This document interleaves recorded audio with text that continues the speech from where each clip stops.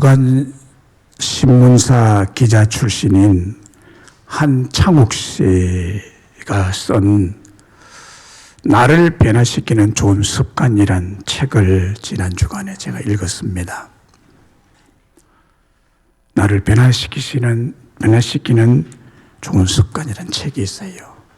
한창욱 씨가 썼는데 이분은 기자로서 신문사 기자로서 있었고 또 이제는 프리랜서로 활동하면서 각계각층에서 성공한 사람들을 많이 만나본 사람입니다.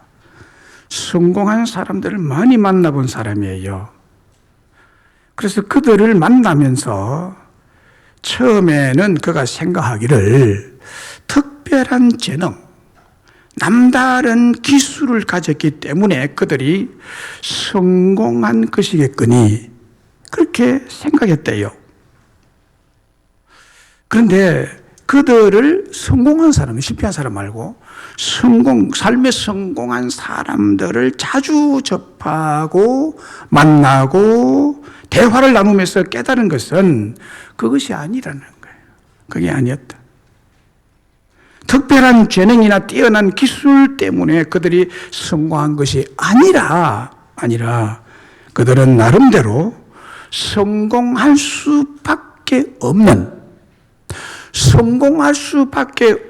특별한 무언가를 지니고 있다는 것이 그들에게서 발견되는 공통점이었다는 것입니다. 근데 반대로 생각해 보면 실패한 사람들은 실패할 수밖에 없는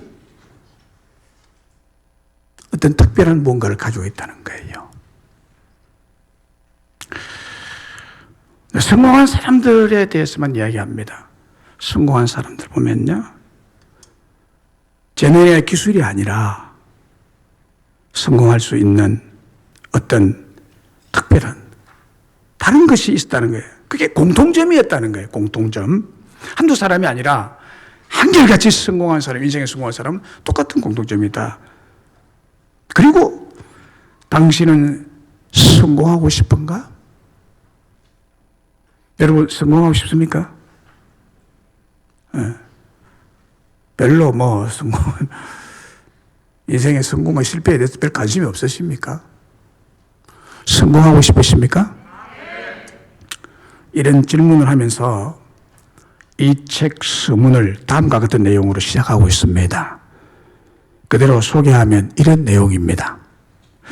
두 친구가 있다. 그 책입니다. 책 서론에 이렇게 딱 소개해놔요. 두 친구가 있다. A는 아버지가 부유한 집안에서 태어났고 B라는 사람은 가난한 집안에서 태어났다. 그들은 중학교 때 만나 같은 고등학교를 다녔고 같은 대학에서 경영학을 같이 전공했다. 고등학교를 졸업하고 20년이 흐른 뒤에 고교 동창회에서 그들은 다시 만났다. A는 성공한 사업가가 되어 있었고 B는 처음 입사했던 회사에서 정리해고되어 새로운 일자리를 찾고 있었다. 두 사람이 술이 어지간히 오르자 실패한 B가 말했다. 만약 내 아버지가 부자였더라면 나도 일찌감치 독립해서 사업을 했을 거야. 그랬더라면 지금쯤은 부활한 듯이 살고 있겠지라고. 여기까지. 그래서 이 책 쓴 사람이 정말 그랬을까? 정말 이 말이 맞을까? 나는 B의 말을 듣는 순간 머리를 쥐었다. 그는 성공에 대한 개념조차도 잘 모르고 있었다. A가 성공할 수 있었던 것은 아버지가 부자였어가 아니었다. A는 자신이 성공한 가장 큰 이유를 이렇게 설명했다. 아버지는 나에게 돈을 빌려주지 않았어. 하지만 나는 아버지로부터 성공하는 사람이 갖추어야 할 마음가짐과 태도를 배울 수 있었지라는 내용이었습니다. 성경 말씀은 아니었지만 제가 이 내용을 읽으면서 더 공감이 가는 내용이었습니다. 아마도 오늘 이 예배에 참석한 분들 모두가 이 세상을 살아가면서 성공하고 싶고 성공적인 인생이 되기를 바라는 마음이 간절할 줄로 믿습니다. 실패자가 아니라 성공자로, 행복한 자로 살아가기를 열망하고 있을 것입니다. 그런데 우리들이 찾는 진정한 성공이란 우리의 내면, 외적 조건이 아니라 여러분의 내면, 즉 여러분의 마음속에 내재되어 있습니다. 마치 지상의 모든 살아있는 생명체들은 예외 없이 모두 한 알의 씨앗에서부터 싹이 트고 꽃이 피고 성공의 열매를 가득하게 맺히게 되는 것과 똑같은 원리가 성공 원리입니다. 우리들의 마음이 한 알의 씨앗입니다. 바람과 비, 햇볕과 기온, 걸음과 손길이 식물을 키우고 30배에서 100배, 1000배에서 수만 배로 열매 맺게 하듯이 오늘 하나님의 말씀에서 여러분의 마음의 문제를 발견하고 여러분의 인생에서 성공 신화를 이루게 되기를 저는 간절히 바랍니다. 오늘 본문의 말씀은 모세 오경 중에 마지막 책으로서 가나안 땅을 목전에 둔 모압 평지에서 지도자 모세가 하나님으로부터 받은 영감으로서 이스라엘 백성들이 함께 모인 자리에서 행한 세 편의 설교입니다. 신명기 1장부터 34장까지, 34장은 마무리고 33장까지 설교 세 편이 신명기 전체 설교입니다. 이 신명기는 모세의 광야에서 모압 평지에서 행한 설교문을 그대로 기재한 것이 신명기서입니다. 세 편의 설교로 구성이 되어 있는데 다시 말하면 레마의 말씀, 선포된 말씀이죠. 레마의 말씀을 중심으로 구성되어 있는 것이 신명기예요. 자, 신명기 1장 1절을 보세요. 신명기 1장 1절을 보면요. 이는 모세가 요단 저쪽 숨 맞은편의 아라바 광야 곧 바란과 도벨과 라반과 하세롯과 디사합 사이에서 이스라엘 무리에게 선포한 말씀이니라 라고 하잖아요. 네. 이스라엘 백성 선포한 말씀이 1장부터 33장까지 34장까지 있는데 34장은 마지막 마무리하는 설교가 아니고 마무리하는 말씀으로 되어 있습니다. 이 모세의 설교가 신명기의 말씀인데 그 중에 신명기 1장에서부터 4장 43절까지가 첫 번째 설교입니다. 1장부터 4장 43절까지 긴 설교죠. 설교가 아주 길었습니다, 여러분. 혹 여러분들 중에 이 목사 설교가 참 길다, 30분, 40분 하는 길다 하지만요, 이 신명기 한번 읽어보세요, 여러분. 1장부터 4장까지 읽어보세요. 설교가 얼마나 긴지 몰라요. 긴 설교로서 여기에 이 긴 설교지만 제목을 붙인다면 광야 생활 중에 나타난 하나님의 구원 역사 정도가 될 것입니다. 그리고 이 부분에서의 핵심 내용은 첫 번째 설교에서 1장부터 4장 43절까지의 그 핵심 내용은 지나간 광야 생활 40년의 역사를 요약하고 있습니다. 지나간 광야 생활 그 역사 속에서 설명하는 과정에서 선민 이스라엘 백성들을 향한 하나님의 사랑과 하나님의 은혜와 하나님의 구원을 특별히 강조하고 있는 내용이 첫 번째 설교의 핵심입니다. 이스라엘의 원망과 불신앙에 대한 하나님의 공의로우신 징계가 여기에 또 나타나 있고요. 그들의 순종에 따른 하나님의 구원과 사랑하심과 보호하심을 상기시키면서 순종과 불순종이 가져다주는 각각의 극명한 결과들을 하나님의 말씀으로 제시하여 주고 있습니다. 특별히 오늘 봉독한 본문 말씀은 하나님이 어떤 분이신가를 계시하여 주는 말씀입니다. 하나님이 어떤 분이신가? 지금 네 번째 시간입니다. 오늘 본문에서 하나님은 어떤 분이신가? 그것을 알고 믿도록 계시하여 주고 있는데 어떤 분이에요? 하나님은 여러분의 인생을 성공자가 되게 하시는 분이시다는 것입니다. 여러분의 인생을 성공자가 되게 하시지 실패하고 망하고 이런 비참한 인생, 가정이 깨지고 사업이 깨지고 파산나고 생명이 요절하고 이런 인생으로 여러분을 부르시지 않았다는 거예요. 하나님은 여러분을 성공자로 부르시고 성공자가 되게 하신 하나님이라는 거예요. 10절 11절이 그걸 말하고 있는 거예요. 너희 하나님 여호와께서 너희를 번성하게 하셨으므로 너희가 오늘날 하늘의 별같이 많거니와 너희 조상의 하나님 여호와께서 너희를 현재보다 1000배나 많게 하시며 너희에게 허락하신 것 같이 너희에게 복 주시기를 원하노라 이랬습니다. 하나님 보세요. 복 주기를 원한다고 그러잖아요. 성공하기를 원하는 거예요. 성공자가 되기를 원한다는 말씀, 이 말씀을 다르게 말하면 저는 그렇게 봐요. 이 말씀이 하나님 우리를 성공자가 되게 하시는 분이시구나. 성공자가 되게. 이 말씀에서 10절 11절 말씀에서 여러분들이 이해할 말이 거의 없습니다. 거의 없어요. 자 보세요. 우리 하나님 여호와는 우리의 삶을 하늘의 별과 같이 번성케 하시는 분이다. 아멘. 여러분의 삶을 하늘의 별과 같이, 여러분이 밤에 하늘별을 한번 보십시오. 은하수 한번 보세요. 별이 얼마나 많은지. 그처럼 번성하게 하시는 분이에요. 번성하게 보세요. 성공자가 되게 한다는 말이죠. 그리고 현재보다 1000배나 많게 복을 주시는 분이라는 거예요. 현 수준에서 1000배. 여러분, 이거는 세상이 감당치 못하는 복이에요. 그렇게 복을 주면 또 그렇게 되기를 원하신다는 말씀이에요. 10절에서 번성하게란 말은 히브리 원어로 히르바라는 단어인데 아주 많아지다, 커지다, 증가하다, 번식하다, 위대해지다라는 뜻입니다. 이 구절의 문법적인 구조를 보면요. 문법적인 구조를 보면은 하나님께서 이렇게 성공자가 되게 하려고 하는 강한 의지가 내포된 문장 구조를 행사하고 있습니다. 그 문장 구조예요.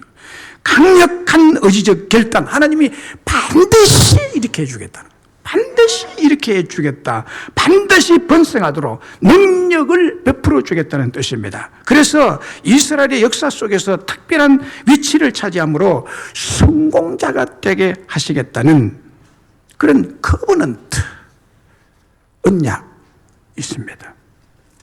그리고 11절에서는 너희 조상의 하나님 여호와께서 너희를 현재보다도 1000배나 많게 하실 것이라고 하시면서 100배가 아니라 1000배. 1000배로 열매를 맺게 하고 풍성한 성공자가 되게 하시겠다는 강력한 의지가 담긴 약속입니다. 언약, 약속, 커버넌트. 뿐만 아니라 1000배의 성공이 단회적인 것이 아니라 한 번으로 끝나는 것이 아니라 계속적으로, 지속적으로, 끊임없이 특별한 존재로서 이 세상이 감당치 못하고 불신세계와 구별되는 강력한 성공자로 만들어주겠다는 약속입니다, 여러분. 이스라엘 백성 현재도 보세요. 현재도 보세요. 완전히 구별되는 백성. 현재도 보시라고. 예수 그리스도를 믿지는 않지만 그들의 민족이 지금 보세요. 이 사람들은요, 특별한 존재들이에요. 우리 혜민이가 그 이스라엘 아이 자녀들과 함께 만나서 그 공부를 하니까 다르더래요. 아예 질이 다르더래요. 이 말씀대로는 여러분, 우리도 그렇게 될 수 있다는 거예요, 여러분. 이 언약 약속을 깊이 받아들이시기를 바랍니다.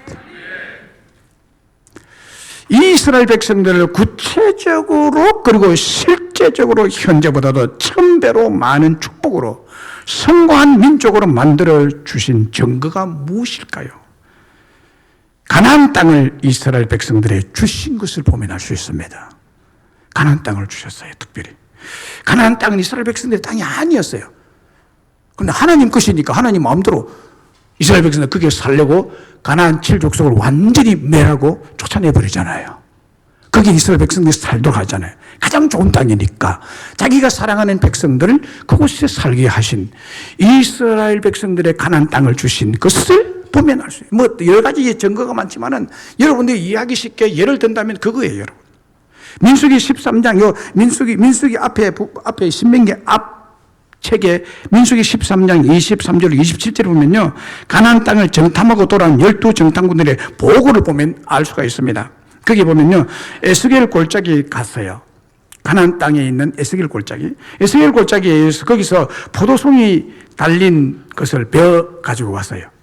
포도송이가 달린 가지를 베어왔어요. 가지를 베어. 이게 포도송이 우리는 그냥 한 손으로 따가지고 그냥 뭐 손만 하잖아요. 이만 하잖아요. 소나기에 다 들어가잖아요. 한 송이가. 그런데 이게 그 포도가 아니에요. 이스라엘 포도 자란 땅이, 그 땅에 자란 포도는요, 둘이서 막대에 깨어서 포도송이를 메고 왔대. 이건 거짓말 같죠? 이거는 진실이라는 거예요. 가나안 땅을 들어가기 전에 정탐하고 들은 정탐꾼들이 에스겔 골짜기 포도밭이 있었는데 그곳을 꺾었는데 이걸 손으로 들고 올 것이 없고 두 사람이 작대기를 끼워가지고 이 포도송이를 이렇게 메고 왔다니까. 모세 앞에 40일 정탐하고 난 다음에. 놀라운 일이잖아요. 이거는요, 우리가 가지고 있는 포도송이 한 송이 1000배 이상으로 된다는 얘기예요. 이것만 봐도. 그리고 석류와 무화과를 따왔습니다. 이것도 다른 거예요. 석류와 무화과 자체가 다른 땅에서 나는 것하고는 아예 질 자체가 다르다는 거예요. 그리고 바란 광야 가데스에 이르러 모세와 아론과 이스라엘 자손의 온 회중에게 나와서 그들에게 보고하고 그 땅에 가위를 보이고 모세에게 말하되 당신이 우리를 보낸 땅에 간적 과연 그 땅에 젖과 꿀이 흐르는데 이것은 그 땅의 과실이니이다. 젖과 꿀이 흐르는 땅이에요. 지금도 그렇습니다. 보통 사람들이 가지는 축복의 1000배로 이스라엘 백성들에게 주셨다는 것이 그 땅을 보면 알 수 있다는 거예요. 여러분, 하나님께서 성공자가 되도록 인도하신 가나안 땅에서 난 포도송이가 달린 가지를 베어서 두 사람이 메고 오고 이 가위를 보니까 그게 정금으로 들어. 너무너무 땅이 좋고 너무너무 가일들이 잘 되고 정말 가보니까 하나님이 주신 땅은 젖과 꿀이 흐르는 땅이었습니다라고 보고한 거예요. 그리고 모세 설교의 결론 부분에 가서 보면요, 신명기 33장이 결론 부분이거든. 마지막 설교거든요. 33장 29절에 보면 이렇게 돼 있어요. 이스라엘이여, 너는 행복한 사람이로다. 여호와의 구원을 너같이 얻은 백성이 누구냐? 그는 너를 돕는 방패시요 내 영광의 칼이시로다. 네 대적이 내게 복종하니 네가 그들의 높은 곳을 밟으리로다. 한마디로 너는 성공자야. 성공자라고 했어요. 여호와의 성공을 너같이 얻은 백성이 누구냐라고 다르게 말할 수 있는 말씀이에요. 아무도 없느니라. 너는 행복한 성공자가 될 것이니라. 이스라엘 백성들의 성공을 주신 하나님은 돕는 방패 영광의 칼, 네 대적이 네게 복종하고 네가 그들의 높은 곳을 밟고 정복자가 되어 건세를 누리는 성공자가 되게 하실 것이라는 그런 설교의 결론이에요. 마태복음 13장 8절에 들어는 좋은 땅에 떨어지매 어떤 것은 100배, 어떤 것은 60배, 어떤 것은 30배의 결실을 하였느니라. 하나님의 성공 법칙이에요. 30배, 60배, 100배로. 오늘 말씀에는 1000배. 100배가 아니라 1000배로 주시는 하나님이세요. 좋은 땅에 떨어진 씨를 하나님은요, 30배, 60배, 100배로 자라게 해서 최고로 1000배까지 거두게해서 성공자가 되게 하신다는 말씀이에요. 성공자가. 우리 하나님은 성공자가 되게 하세요.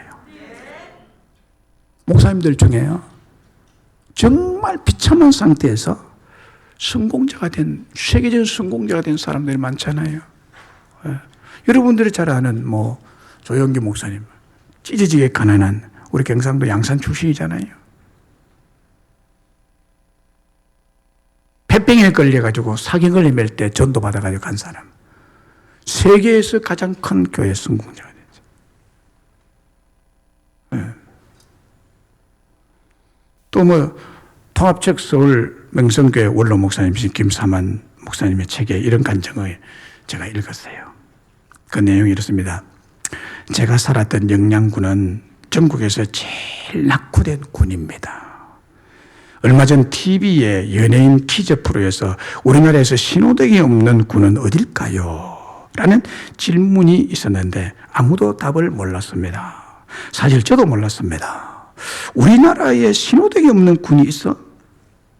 그런데 아나운서가 영양군이라고 답할 때 저는 부끄러워서 그만 얼굴이 화끈거렸습니다. 울릉도에도 신호등이 있는데 영양군에는 없다고 하니 얼마나 부끄럽습니까? 영양군에서도 우리가 살았던 면이 제일 가난하고 그 면에서도 제일 가난한 동네가 제가 살았던 곳입니다. 그 동네에서도 우리 집이 제일 가난했습니다. 그러니까 우리나라에서 제가 제일 가난했던 것입니다. 라고 썼더라고요. 그 가난하고 산골 출신 소년이 얼마나 크게 성공한 사람이 됐습니까? 목회를 성공했다면 조금 그렇지만요. 우리의 인간이 보면 성공한 자죠. 이 목사님 한국교회에서는 모르는 사람이 없을 정도 아니에요. 하나님의 그를 성공자로 만들었던 것이에요. 사랑하는 여러분, 우리 하나님은 여러분을 성공자로 만드시기를 원하고 계십니다. 이 하나님을 알아야 되죠. 하나님이 나를 성공자로 만드시는 분이구나. 이걸 알아야 되는 거예요. 뭐 성공은 내 어떤 것에 달려있다. 내 뭐 환경이나 여러 여건이나 뭐 부모가 밀어줘야 되고 뭐 선배를 잘 만나야 되고 인간의 인맥을 잘 만들어야 되고 뭐 인맥에서 돼야 되고 뭐 나는 내 이런 인간이니까 나는 뭐 이 정도밖에 안 된다. 이런 수준의 생각을 하는 것이 세상 사람이에요. 그래서 여러분들은 다른 존재가 돼야 되거든요. 하나님을 알아야 되는 거예요. 하나님은 우리를 타의 추종을 불허하는 성공자가 되게 하십니다. 여러분이 그렇게 될 가능성을 다 가지고 있습니다. 하나님을 믿으면 그래요. 하나님을 알면 그래요. 하나님을 알면 그래요. 자, 그래서 여러분 다시 한번 묻습니다. 여러분은 성공자가 되기를 원하십니까? 네. 특별히 젊은 분들. 그렇다면 여러분의 마음속에 장애물을 제거하세요. 장애물, 성공에 방해되는 장애물이 어디에 있느냐? 외적인 조건 아니에요. 머리가 아니에요. 가족 구조가 아니에요. 세상 형편이 아니에요. 여러분의 마음속에 성공을 하지 못하도록 하는 장애물이 마음속에 도사리고 있다고요. 마음속에 도사리고 있다. 마태복음 13장에 보면 10분인 부에서 이것을 말씀하고 있는 거예요. 인간의 성공을 방해하는 장애물이 각 개인의 심령 속에 자리 잡고 있다는 거예요. 이것 때문에 자기가 스스로 성공자가 못하게 한다는 거예요. 예수께서 비유로 말씀했잖아요. 씨를 뿌리러 나갔는데요. 뿌리는데 씨가 길가에 떨어지고 길가에 떨어진 씨는요. 그 길이 딱딱하기 때문에 아스팔트 같이 딱딱하기 때문에 거기에 그 보리 씨가 떨어지고 미랄이 떨어지고 뭐 나락 씨가 씨를 뿌리는데 떨어졌다고 할 때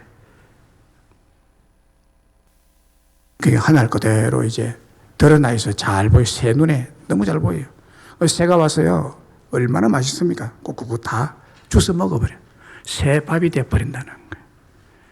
그 떨어지는 흙이 얕은 돌밭에 떨어졌어. 돌. 이게 밭을 보면요. 그 넓적한 돌이 밑에 있고 돌 위에 아주 얕은 흙이 싹 깔려 있어요. 네. 거기에 씨가 떨어지면요. 씨가 나는데 뿌리가 더 깊이 내려갈 수가 없어요. 뿌리를 내리려면 돌이 받쳐가지고. 근데 뿌리가 깊지 못하니까 햇빛이 강렬하게 내리쬐면 사실은 햇빛이 필요하거든요. 식물의 열매를 맺는 햇빛이 절대적이에요. 근데 절대적인 햇빛이 오히려 이 식물을, 이 곡식을 말라 죽이는 역할을 하는 것입니다. 그래서 뿌리가 깊지 못함으로 말라 죽어버렸다고 합니다. 말라 죽어, 뿌리가 깊지 못하고, 뿌리가 깊이 내리지 못하고. 그 다음에 그 세 번째 경우는 가시떨기에 씨가 떨어졌다는 거예요. 농촌에 가보면요, 밭 어귀에 가시덤불이 우거진 곳이 있어요. 거기 이제 씨를 뿌리다 보니까 그것도 떨어지거든. 밀을 뿌리고 뭐 또 이제 보리 씨를 뿌리고, 주로 보리는 밭에다 하는데요. 이제 이 떨어지면요, 이게 또 이 기운에 막혀가지고, 가시덤불의 기운에 막혀가지고 곡식이 자라다가 열매를 맺지 못해요. 예. 그리고 들에는 좋은 땅에 떨어지면, 이게 길바닥 같은 딱딱한 것도 없고 돌멩이도 없고 가시덤불도 없는 좋은 땅에 떨어지면 여기에 100배, 60배, 30배 열매가 맺었다라는 것이에요. 100배, 60배, 30배는 성공적이죠. 농사 성공한 거죠. 그죠? 할렐루야. 네, 농사 성공한 거잖아요. 여기에 보면 길가밭, 흙이 얕은 돌밭, 가시떨기밭, 좋은 밭, 네 종류의 밭이 나오는데, 이 밭들 중에 30배, 60배, 100배의 결실에 성공한 밭은 오직 한 밭입니다. 좋은 땅에 뿌려진 씨앗이죠. 그 외에 길밭, 돌밭, 가시덤불밭은 열매 맺는 일에 실패한 밭입니다. 인생 실패자는 말이에요. 비유입니다. 인생 실패자라는 거예요. 실패자. 우리 인생이 실패자냐, 성공자냐를 말하는 메시지입니다. 성공자는 좋은 마음의 밭을 가지고 있었다는 거예요. 마음의 내적인 마음의 문제는. 네, 마음의 문제는. 그러나 실패자는 실패할 수밖에 없는 마음을 가졌다는 거예요. 실패할 수밖에 없는 마음 자세, 마음의 태도를 가졌다는 거예요. 사랑하는 여러분, 우리들도 성공자가 되려면 마음속에 장애물인 길바닥 같은 굳은 마음, 돌 같은 견고하고 완고한 마음, 가시밭과 엉겅기 같은 이런 마음에 돋친 가시, 분노, 미움, 시기, 질투, 이 가시거든요. 이런 장애물을 완전히 제거해야 됩니다. 완전히 제거해야 됩니다. 이런 마음밭에 아주 딱딱한 길바닥, 사람들에게 짓밟힌, 이 길은 사람이 밟으면 길이 나거든요. 또 사람은 길로 다니거든요. 그래서 길은 딱딱합니다. 사람 마음이요, 사람에게 밟힌 사람들이 있어요. 자라면서요. 무시당하고 밟히고 사람에게 상처받고, 사람에게 상처를 주는, 가장 큰 상처를 주고 지울 수 없는 상처를 주는 사람이 누구냐? 먼 이웃이 아니라 가족입니다. 가족이에요. 가족이 가장 사랑하고 가장 도와줄 가족이 오히려 사람 인생을 망치는 역할을 하는 것이 가정이고 가족입니다. 아버지고 엄마고 형제간입니다. 아주 망치버립니다. 사람에게 짓밟힌 사람은 꼭 자기가 그렇게 하더라고. 조심해야 될 문제입니다. 이것을 제거해라는 거예요. 제가 보니까요, 싸우는 3일을 멀다 하고 싸우는 과정에서 자란 사람은요, 그것밖에 본 게 없으니까 결혼해도 3일이 멀다 하고 싸워요. 여러분, 그리스도인의 싸움은 싸워도 싸울 수 있지 생각하지만 아니에요. 사람이 살다 보면 싸울 수 있지라는 생각은요, 하나님 알지 못하는 사람들의 변명이에요. 세상 사람들은 그럴 수 있을지 몰라요. 세상 사람들은 그렇게 말할 수 있을지 몰라요. 그러나 예수 그리스도를 믿는 사람에게는 싸움이 없어야 합니다. 길바닥, 요거는 특별히요, 사람에게 밟힌 사람입니다. 이게 상처로. 하나님의 말씀은 받아들일 수가 없고요. 이것 때문에 성공적인 인생을 가로막고 있는 장애물이 돼요. 절대로 성공 못합니다.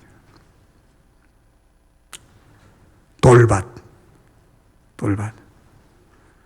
이거는 어떤 것도 받아야 하는 어떤 편견을 말합니다. 이 돌 같은 것이 편견 딱 가로막고 있는 거예요. 뿌리를 내리지 못하도록. 가시, 이거는 물질입니다. 물질. 이거를 제거해야 됩니다. 이거를 제거하지 않으면 안 되는 거예요. 예레미야 4장 3절에 보면 이런 말씀이 있어요.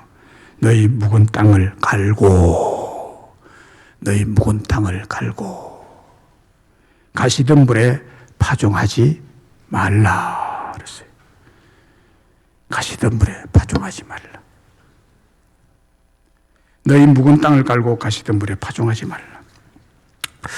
여기에 묵은 땅이라고 했는데요. 묵은 땅은 사람의 손길이 닿지 않은 채 오랜 세월 동안 내버려진 땅을 묵은 땅이라 그래요. 한마디로 논밭이 아니라는 것입니다. 씨 뿌릴 곳이 아니라는 것입니다. 그런 땅에 아무리 좋은 씨앗 종자를 뿌려도 아무런 수확을 기대할 수가 없습니다. 종자나 씨앗만 낭비할 뿐이죠. 이것 또한 마음을 비유하고 있는 말씀인데 여러분의 심령의 묵은 땅을 의미합니다. 묵은 땅. 어느 사람에게도 어느 교훈도 받지 않는, 사람의 손길이 닿지 않는, 가르침이 먹히지 않는, 멘토가 먹히지 않는, 하나님 말씀이 먹히지 않는 이 땅. 아무도 그 묵은 땅을 치료해 준 적이 없는 땅. 이곳에 아무리 좋은 말씀이 뿌려져도 다 튕겨 나간다는 거예요. 여러분, 이 말씀을 들으면서 여러분 스스로를 보셔야 되는 거예요. 그냥 설교만 듣지 마시고요. 여러분 마음을 점검하셔야 되는 거예요. 이런 묵은 땅을 갈아엎지 않으면 파종할 수가 없습니다. 파종할 수가 없어요. 농사의 실패자입니다. 성공자가 될 수 없습니다. 자신의 존재의 토양, 습관화된 자기 일상의 심령의 토양을 무관심하게 그냥 두고 씨앗만 열심히 뿌린들 아무런 결실을 거둘 수 없습니다. 묵은 땅일수록 척박한 심령일수록 갈아엎는 기경이 필수적입니다. 사실 묵은 땅을 기경하고 갈아엎는 일은 만만치 않죠. 이건 만만치 않습니다. 그러나 그리해야만 합니다. 기경해야 합니다. 갈아엎어야만 합니다. 길바닥같이 딱딱한 땅을 갈아엎고 돌들을 주워내고 가시덤불과 가시나무 숲을 뿌리째 뽑아서 불에 태워야 합니다. 갈아엎어야 할 마음은 무엇입니까? 고집, 잡동사니, 지식, 일방적인 경험, 사람들에게 박힌 상처, 가난함으로 인한 물질의 상처, 분노 등등입니다. 이런 것들이 여러분을 성공자가 되지 못하도록 가로막는 장애물이 되고 있습니다. 성공하고 싶습니까? 그러면 캐캐 묵은 마음속의 장애물을 갈아엎어 제거하십시오. 옥토가 되면, 갈아엎어 옥토가 되면 100배로 1000배로 성공하는 것은 시간 문제입니다. 호세아 10장 12절에 너희가 자기를 위하여 공의를 심고 인애를 거두라. 너희 묵은 땅을 기경하라. 너희 묵은 땅을 기경하라. 기경이 뭐예요? 갈아엎는다는 거예요. 제가 농부 출신 아닙니까? 농부의 아들 아닙니까? 이 한 해 농사를 하기 위해서 기경을 언제 하느냐? 쟁기를 가지고 논밭을, 특별히 논을 갈아엎는 때 언제 하느냐? 그 시기가요, 12월 1일 달입니다. 논에 얼음이 막 얼어있는 때에 갈아엎습니다. 그때 갈아엎어 놓고 그래야 거름들이 땅에 같이 묻히거든요. 그래서 그러면 땅에 이게 지푸라기라든지 이런 것들이 땅에 묻히도록 겨울에 갈아엎어 놔야 됩니다. 땅이 얼은 상태를 얼음이 많이 얼어 있어요, 논에. 저는 그걸 많이 봤어요. 그래, 이게 갈아엎어가지고 한 2, 3개월, 3, 4개월 흐른 다음에 모내기를 하거든요. 예.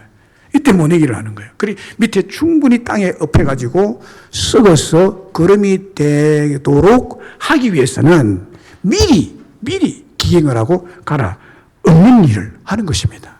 땅 기경하는 것은.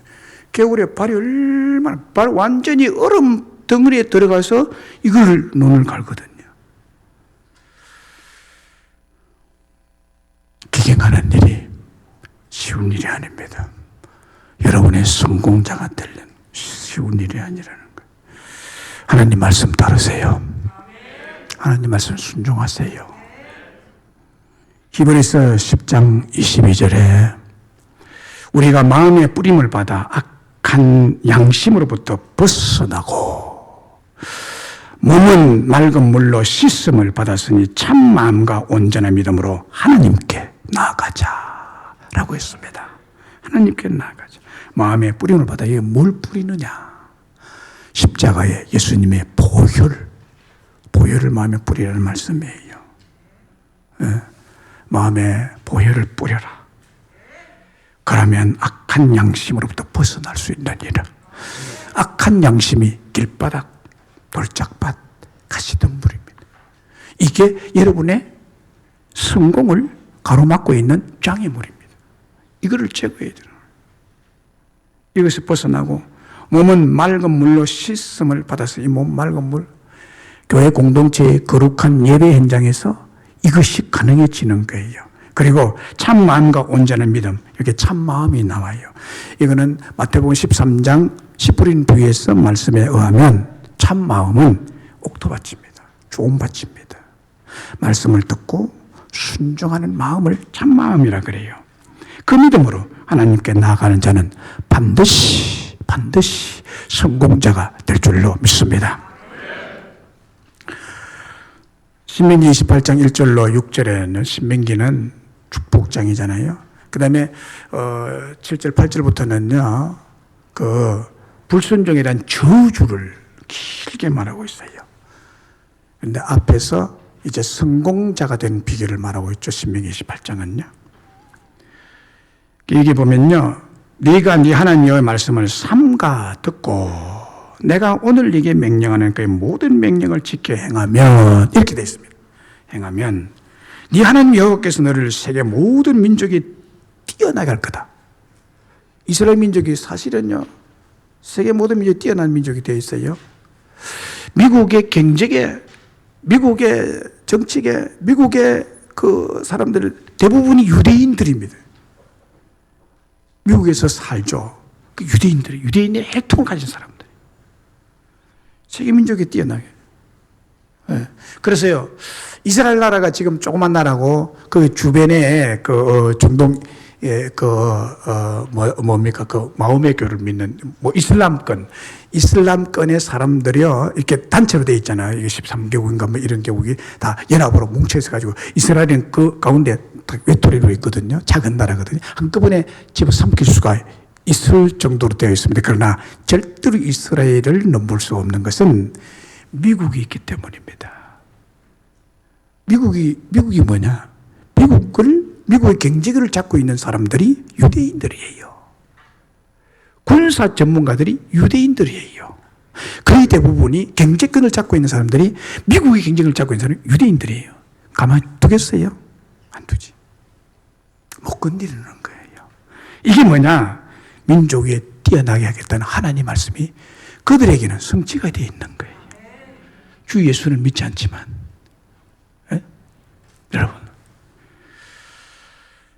여러분들이 하나님 말씀 순종하고 청종하면 이 세상 사람들이 감당치 못하는 성공자가 될 수가 있습니다. 그런데 왜 안 되느냐는, 교회를 다녀도 왜 평생에 교회를 다녀도 안 되느냐, 왜 후손들이 안 되느냐는 거예요. 저도 마찬가지지만 이대로 살지 않았다는 거예요. 제가 설교주면서 느끼는 거예요. 이대로 살지 않았구나. 벌로 들었구나.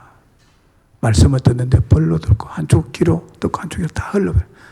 이 놀라운 비밀을 성공 비밀을 다 놓치고 살한 거예요. 다 놓치고 살한 거예요. 그 축복이요, 그 성공자가 축복이 어떻게 나타납니까, 여러분? 성읍에서도 복을 받고, 들어가도 복을 받고, 나아가도 복을 받고, 토지 소산과 짐승의 새끼까지 복을 받고, 강주리가 복을 받고, 떡반죽 그릇조차도 복이 되게 하고, 그렇게 복받는 사람으로, 성공자로 하나님이 만들어 주실 것이라고 신명기 28장에서도 말씀하고 있잖아요. 여러분, 보통 사람들이 가지고 있는 큰 장애물은요, 여호와 하나님의 말씀을 삼가 듣지 않습니다. 하나님께서 우리 자신들에게 명령하는 그분의 모든 말씀과 특별히 명령을 지키지 않고 불순종하기 때문에, 이 불순종의 장애물을 여러분 제거하고 하나님 모든 명령을 지켜 행하면, 순종하면 한마디로 크고 위대한 성공자가 되게 하시겠다는 말씀입니다. 다시 묻습니다. 성공하고 싶습니까? 여러분의 마음밭을 순종의 마음으로 가꾸십시오. 불순종의 마음을 순종의 마음으로 가꾸는 것은 눈물겨운 여러분 자신의 몫입니다. 피나는 노력이 있어야 합니다. 논밭, 가시밭을, 돌밭, 가시밭을 옥토로 개가 나는데 그저 놀면서 어느 세월에 옥토로 만들어갔습니까? 부지런히, 열심히, 열정적으로 하나님 앞에, 말씀 앞에, 십자가 앞에서 자신을 죽이는 순종을 훈련해야만 합니다. 그러면 그 이후의 삶을 하나님께서, 지난주에 말씀드린 대로 전능하신 하나님께서 여러분의 인생을 책임지시고 위대한 성공자가 되게 하실 줄을 믿습니다. 오래전에 선풍적인 인기가 있었던 미국의 스필버그 영화 감독, 유명하죠? 스필버그 감독이 영화한 E.T.라는 영화가 있었어요. 거기에 나오는 주인공 소녀가 나옵니다.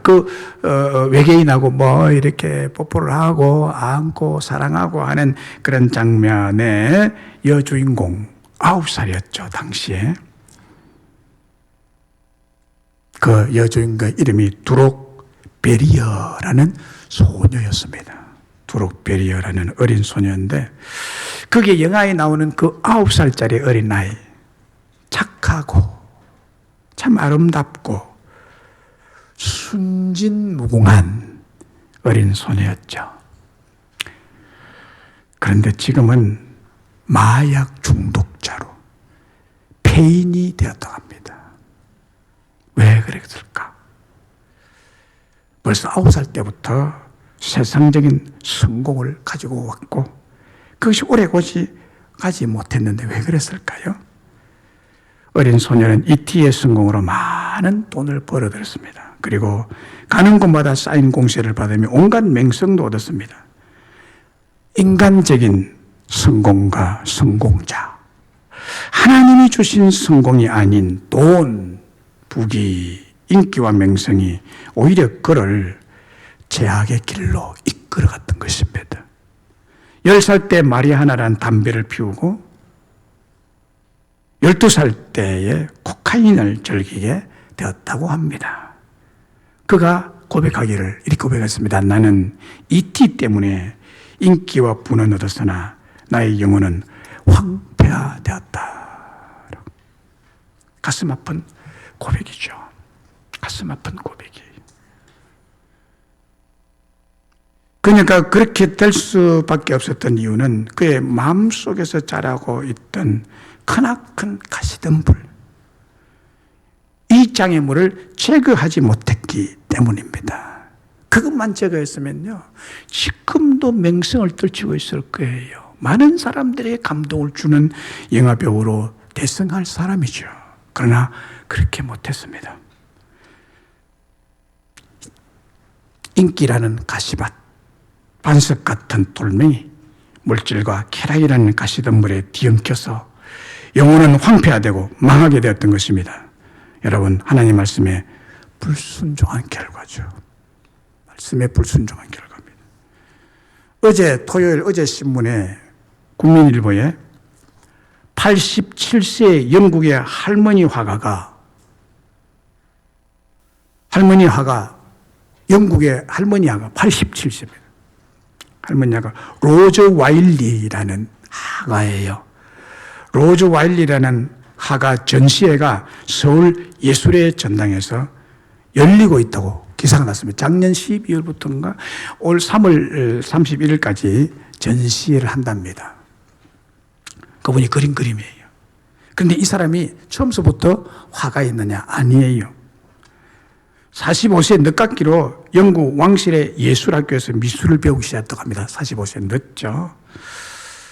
그리고 그때부터 그림 그리기 시작했는데 76세 영국 일간지 가디언이 선정하는 신진 작가의 76세에 뽑혔어요. 올해 87세인데 11년 전이죠. 신진 작가에 뽑혔는데 현재 세계 3대 갤러리인 데이비드 저워너의 전속 작가로 활동하고 있다고 합니다. 87세 할머니. 인생의 항원에 성공이라는 것과 전혀 상관이 없는 인생 같은 사람이에요. 그런데 그의 그림에서 그의 마음이 나타나요. 그게 참석한 사람들 그림을 올려놨는데 제가 쭉 보니까요.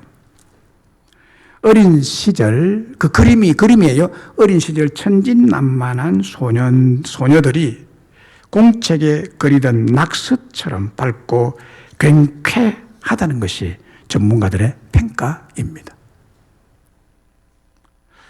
그리고 이 사람이 축구광인데 자기 남편이 축구광이되니까 이 아내도 축구광이래요. 특별히 손흥민 구단 토트넘의 열혈광이래요. 그래서 손흥민 그 선수가 골 넣는 축구 장면에서 골 넣고 난 다음에 세리머니 안 하고 두 무릎을 꿇고 쫙 슬라이딩 하면서 손을 들고 있는 요 그림을 그려놨어요. 손흥민 코너가 따로 말인데, 있더라고요. 그거 보니까. 여러분, 그 사람이 그림을 소개하려고 그런 것이 아니라 87세에도 이런 성공적인 작가가 됐다는 거예요. 늦은 나이에. 그가 이렇게 성공적인 인생이 될 수 있었던 것은 그의 마음속에 평화를 끓이는데 방해가 되는 딱딱한 마음, 미운 마음, 돌같이 굳은 마음, 가시나무처럼 찌르는 분노의 가시가 없었다는 점입니다. 이건 제 평가입니다. 그래서 성공할 수 있다는 거예요. 그래서 그가 이렇게 말했어요. 나이보다 그림으로 유명해지고 싶다. 나이보다 그림으로 유명하고 싶다.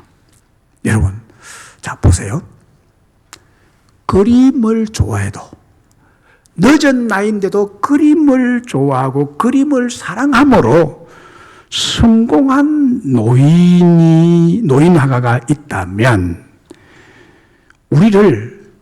여러분을 현재보다도 1000배로 많은 것을 가진 성공자로 축복하시는 하나님을 가까이하고 좋아하고 사랑하면 어떻게 될까요? 어떻게 될 것 같습니까? 그림을 좋아해도 87세에 대한민국의 단독 전시회를 가질 정도로 유명하게 된 이 사람이 되었다면, 성공자가 되었다면, 우리의 인생의 성공을 주도하시는 전능하신 하나님을 가까이하고 하나님을 사랑한다면 미술을 사랑하는 사람보다 더 유명해지지 않을까요? 더 성공자가 되지 않을까요? 저는 그 생각을 한 거예요. 그래서 이 얘기를 여러분들에게 해드리는 거예요. 어제 신문 읽다가 이 설교 준비를 계속 일주일간 생각하잖아요. 이 할머니 대단하더라. 신앙은 뭔지 모르겠어요. 이 사람에게 받는 교훈은요, 그림 그리기를 사랑하고 좋아해도 이렇게 성공자가 되는데, 우리가 우리의 성공을 주도할 수 있는 그 능력을 가지신 하나님을 사랑하고 좋아한다면 어떻게 될 것인가? 여러분, 하나님 말씀을 순종함으로 여러분의 인생의 그림을 그린다면 분명코 우리들은 성공자가 될 줄로 믿습니다. 다시 말씀드리거니와 하나님의 말씀을 받아들일 수 없고 불순종에 만드는 여러분의 마음속에 있는 길바닥 같은 밭, 돌짝밭, 가시나무 밭 같은 모든 장애물을 제거하셔서 좋은 마음으로, 좋은 태도로 인생 성공자가 되시기를 바랍니다. 말씀을 맺습니다. 사랑하는 여러분, 성공하고 싶죠? 여러분의 후손도 성공자가 되면 좋겠죠? 여러분의 자식들이 성공자가 되면 좋겠죠? 그렇다면 성공한 사람들이 가지고 있는 공통적인 성공 요인을 가지셔야 합니다. 요행을 바란다든지 세속적이거나 인간적인 술수를 부릴 생각은 절대로 성공과는 거리가 먼 것입니다. 성공자들을 만나보면 의외로 참 순수해요, 마음이. 때묻지 않고 솔직하고 온유한 사람들이었습니다.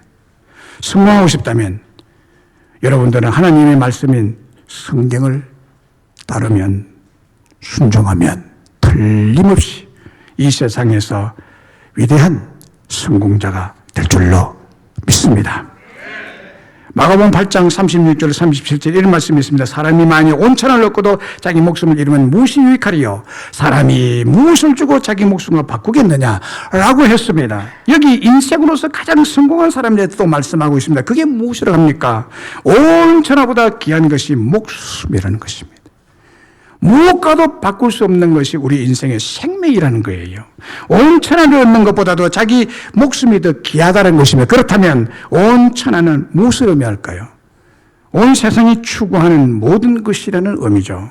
즉 돈, 부귀, 명예, 건세 등등을 의미합니다.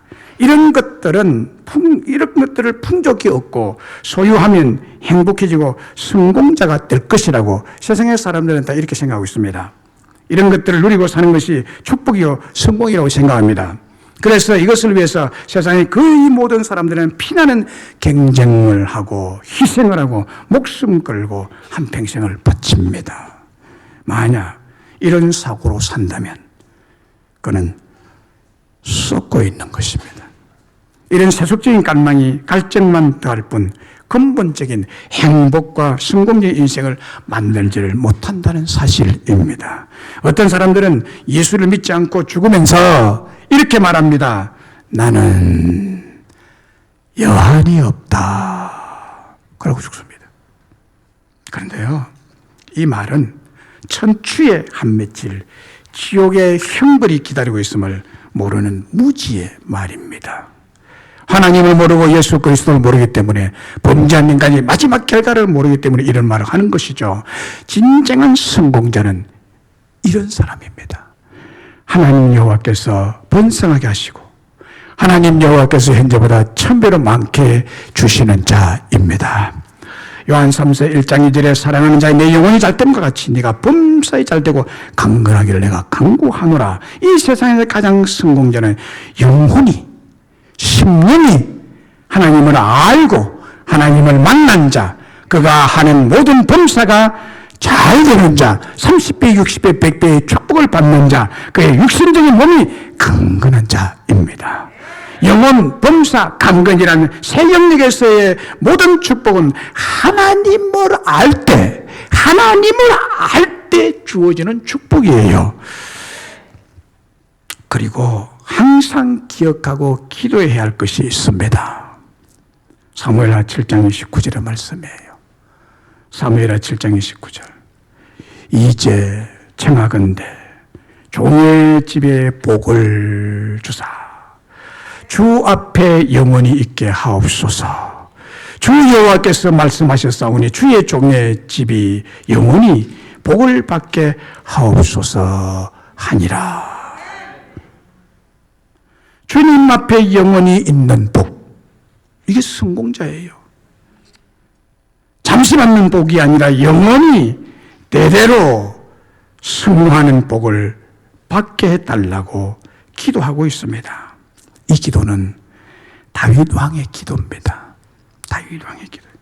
이 기도를 드리게 된 동기는 나단 선지자가 하나님께 받은 다윗을 위한 말씀을 듣고 이렇게 기도한 거예요. 하나님께서 다윗을 향한 말씀의 내용은 다윗을 양치는 목동에서 내가 너를 데려다가 이스라엘 백성인 하나님의 백성인 이스라엘의 주권자 곧 왕으로 삼겠다. 그리고 만나는 원수들을 멸하여 줄 것이고 늘 다윗과 함께 하셔서 다윗의 이름을 위대하게 만들어 주겠다는 말씀을 듣고 이 기도를 한 거예요. 그 말씀을 듣고. 다시 말하면 목동에 있는 그 베들레헴의 촌 구석에 양치는 목동을 네가 예루살렘으로 내가 데려다가 왕이 되게 만들어주마. 성공자가 되게 해주마. 이 약속을 말씀을 듣고 다윗이 기도한 내용이 사무엘하 7장 29절의 말씀이에요. 종의 집에 복을 주사 주 앞에 영원히 있게 하옵소서. 주 여호와께서 말씀하셨사오니 주의 종의 집이 영원히 복을 받게 하옵소서라고. 성공자가 되게 하옵소서라고 그렇게 기도하고 있죠. 사랑하는 여러분,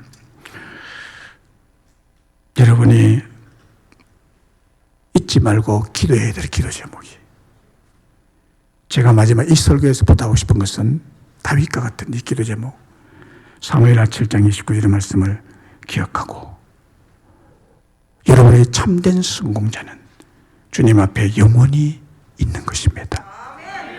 그리고 잠시 받는 복이 아니라 영원토록 대대로 이어지는 그런 하나님의 성공적인 복, 영원히 잘 되고 범사가 잘 되고 강건한 새 영역의 축복, 이 복을 받는다면, 이 복을 하나님 주시는데 이 복을 받을 수 있는 마음의 상태, 태도가 되어 있다면 여러분은 분명코 현재 이스라엘 민족처럼 주 예수를 믿는 복을 더하여서 진정한 성공자의 삶을 살게 될 줄로 믿습니다.